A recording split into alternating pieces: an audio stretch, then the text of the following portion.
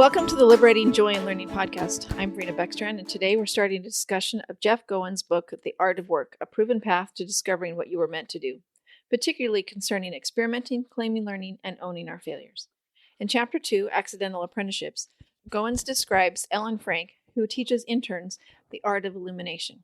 In describing her style of teaching through experimentation, he says, "Education should look more like this, paint splotches and messy smocks in a cramped studio, and less like large lecture halls with passive students parked in seats for 90 minutes at a time, eyes glued to a slide presentation. When we learn to experiment, explore, and discover things we want to learn, then we give ourselves permission to play with ideas. We give ourselves permission to experience the messiness of experimenting until we understand something." So when have you experienced the messiness of learning that led to deeper understanding? Well, the first thought that came to my mind as I was reading that is the quote that he gives from Ellen Frank about what education should look like. When I first went to Utah State, I was in an engineering program. One of my first classes, I was in a big lecture hall with 100 or more students, and the professor got up and said, "Take a look around you. By midterms, half of you are going to be gone." And in my mind, my arm was the first one to shoot up. It was like, that's me, because I don't want to be in this. I always thought I was going to be an engineer. And when I got to that and realized that that was not what I went to school for. I wanted to learn something that I enjoyed doing. I didn't want to compete. I wanted to have fun. Right. And so that forced me to look around, to look for things that process is scary. It's messy. I've been spending a lot of time leading up to that point and come to realization that that's not for me. That's not the messiness you wanted. That's not the messiness I wanted. And so that forced me to start experimenting with different ideas and playing around with what am I going to do with my life. And that led me to where I'm at today. Right. Well, I'm thinking of parenting. Kids are messy, right? Yes. But parenting is literally messy. And figuratively. Yes. But parenting is messy too. Right. Like it has to be an experiment. Right. There's, it's a mess. But I mean, right. I'm also thinking of, like, we had this little section off the side of our house that we purchased in 2014. Yes. And the brick, it just didn't look good. It just looked all messy, And so right. I took it out and replaced it, and then it didn't work. And I realized, okay, I'm going to have to take time and do it again. Right. I love this idea that it's okay to do it again. It's okay to play around with it until you know what you want. I needed to do it once, put the bricks in once to figure out what I needed to do. Yeah. And then I was willing to take the time, because it was right on the driveway. I was willing to take the time to dig down so that the bricks on the end could be upright so that nothing would roll out. And they don't. Right. They don't roll out. Yeah. But I needed that first time of experimenting with it to figure that out. One of the big tools that I've used throughout my career is a big gum eraser. Right. And we use pencils a lot in my profession, because you draw it once and nope, that's not right. It doesn't feel right. Right. I was working on a project earlier this week, and we were looking at it. We got stuff from an architect, and that just makes my eyes hurt. It's not right. There's something off. We got to figure out what the off was. Right. And when it does look, then you're like, yes, that feels good. It just sings, right? Yes, it does. My daughter and I were trying to put pictures back up on my wall. We redid my bedroom a year ago and finally putting pictures back up. Right. And we played with them, and we finally got into place, and I'm like, oh, it just sings. Right. And then, of course, we put it on the wall, and it all fell apart again. But it's because anyway. Yes. There's a purpose for it, because I needed new pieces for that wall. So experimentation is important. Right. In the section of Chapter 1 titled "When in Doubt, Commit," Goins says, "The risk of not committing is greater than the cost of making the wrong choice. When we commit to learning, we find the determination to continue through the challenges learning offers us. By claiming our learning, we define and claim the most inspiring and compelling focus for our growth. The more thoughtfully and descriptively and specifically we make our claim, the more powerfully a claim will impact our growth." He uses the example of Ben and Christy Carlson, who faced many challenges when they started their Burundian-based coffee company. Goins explains, "But they knew they had to find a way, and that determination led to wisdom." Right. So when has committing to learning helped you gain the insights you need to keep learning during challenges? I think just defining a learning claim. Okay. Like deciding, okay, this is what I want to learn, and then I take the time to write it down. Right. And oftentimes I'm looking at it going, that's not exactly what I wanted. Right. Or I'll have something for a few months and I'll go back in and say, no, that's not feeling right.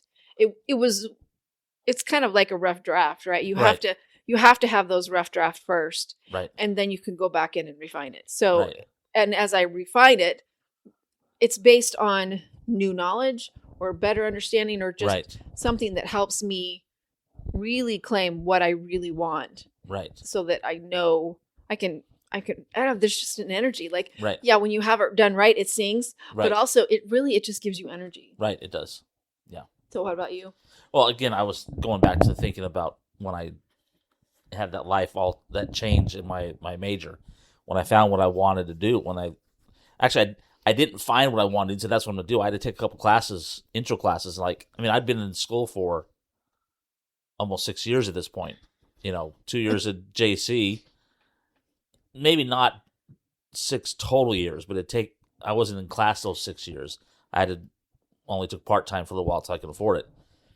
But I've been living as a college student for 6 years, and I'm like, this is scary. But I took those 2 intro classes, and I'm like, okay, yeah, I get it. I felt like this is the direction I needed to go. I felt good. I enjoyed it. I'm by no means expert at it, even after all this time, but I enjoy doing it. Right. And that's what that change helped me realize is I want to do something that I enjoy. Right. So when we decide we want to learn something, we will come face to face with our failures and weaknesses with respect to that learning. Owning both failures and successes helps strengthen honesty and courage in working toward learning claims. Clarity requires honesty, and facing weaknesses and strengths requires courage. With this courage, we increase our ability to face our weaknesses and our strengths and utilize them both to achieve the learning we seek. We learn from Goins that each wrong choice grows your character and strengthens your resilience, readying you for what comes next. Failure is a friend dressed up like an enemy. But if we learn to endure, choosing to see the hidden balm in the wounds of failure, we can grow from our mistakes. We may even be able to celebrate those setbacks and trials, the things that once seemed so daunting, knowing they are all signs that we are on our way. So, what failures have you used to strengthen yourself and prepare for growth? Oh, every Sunday, I read my scriptures first thing before I turn my phone off of airplane mode, essentially. Right. And then I think of what are the 2 things that I just want to let go of, that I want to get rid of. I don't even see them as failures. Yes, they're failures, but in my mind, it's pain, it's angst that I just don't want to carry anymore. Right. And by doing that every week for years now, probably well over 10 years,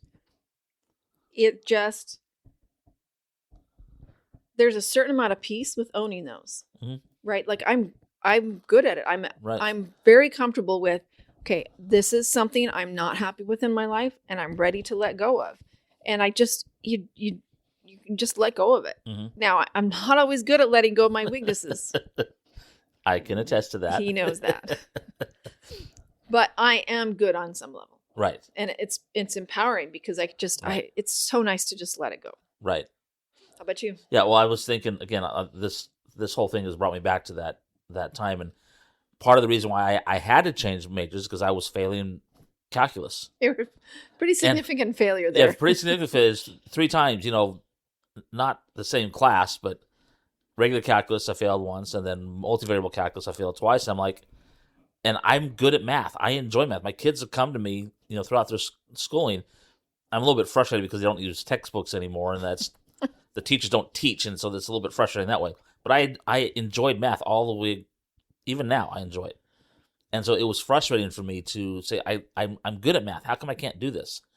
And when I realized that it wasn't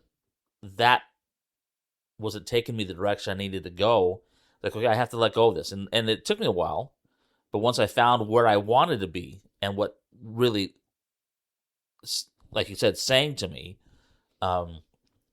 then I felt like that failure was what was leading me to here. I needed to do that, or else I was going to go down the wrong path.